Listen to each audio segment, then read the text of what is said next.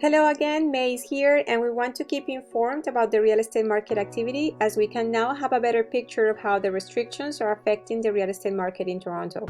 If you have seen our previous video reports, you can now see some interesting numbers compared to what we had since mid-March. A reminder that we're talking about the activity in these specific districts and boundaries.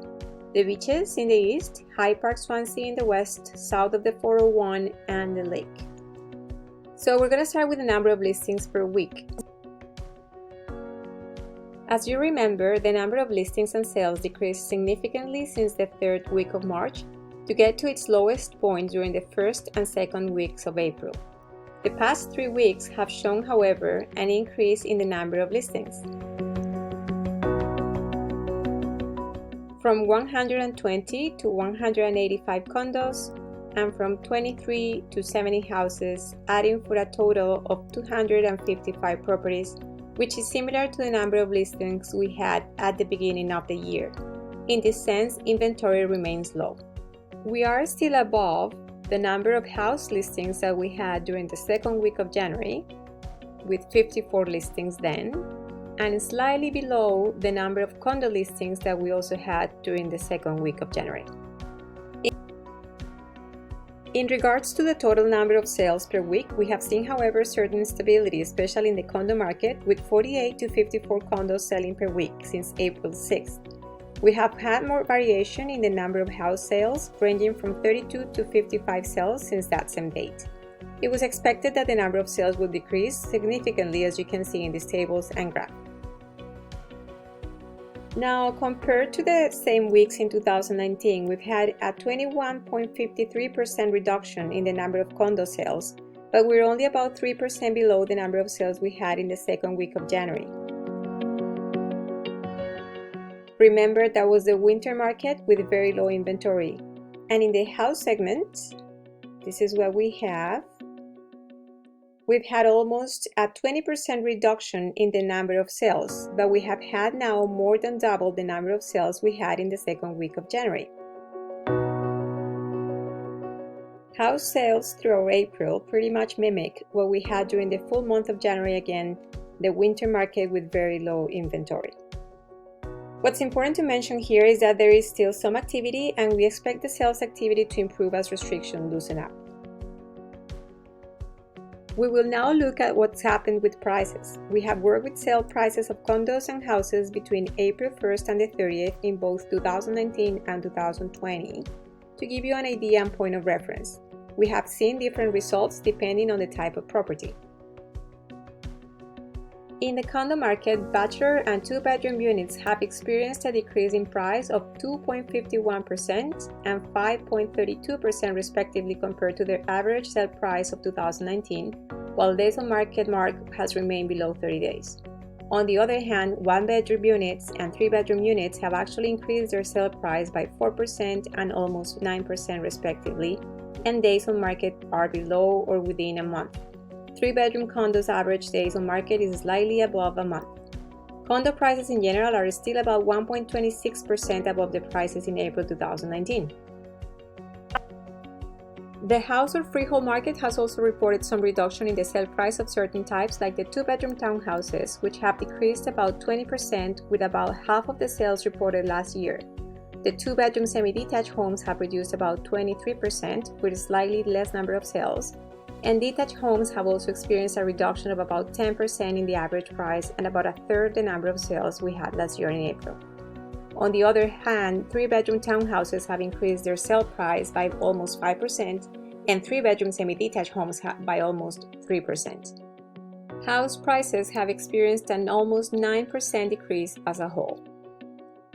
We can see here that in terms of condo prices today, we're pretty much at the level we were last year in March.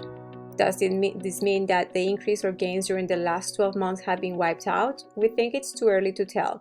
We will have a better perspective as the economy reactivates. In regards to house prices, we're at the levels we experienced last year in February, except for the detached homes, but it's important to note that the detached homes had reached a very high price average, almost getting to $2 million during the months of January and February this year, as more houses above 1.5 million were actively selling. Again, please remember that we're not referring to the GTA as a whole. A detached home average price in the GTA might be very, very different to what we're talking about here because we're just talking about the specific boundaries that I told you about at the beginning of this presentation. So, what can we conclude from all this? Properties with prices below 1.2 million continue to be more active and continue to experiment a larger demand, especially for homes that offer at least 3 bedrooms in both houses and condos, where we still see multiple offers taking place.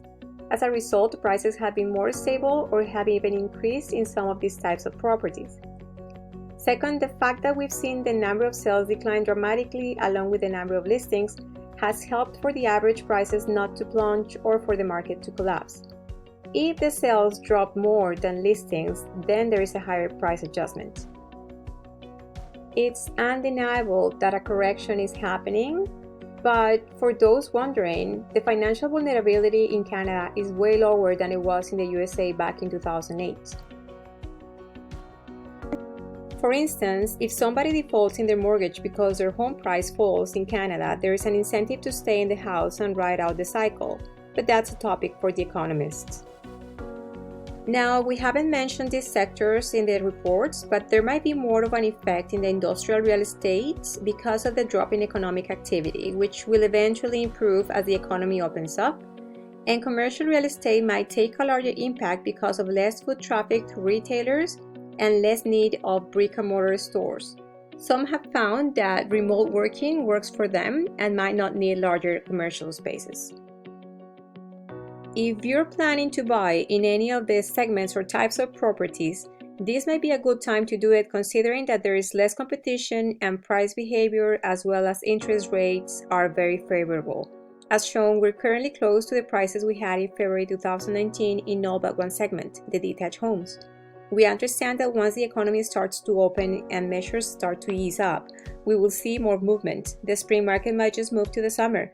Even if you're planning to buy a property in the segment that has increased in price, it's also important to note that the market is coming from a historic high.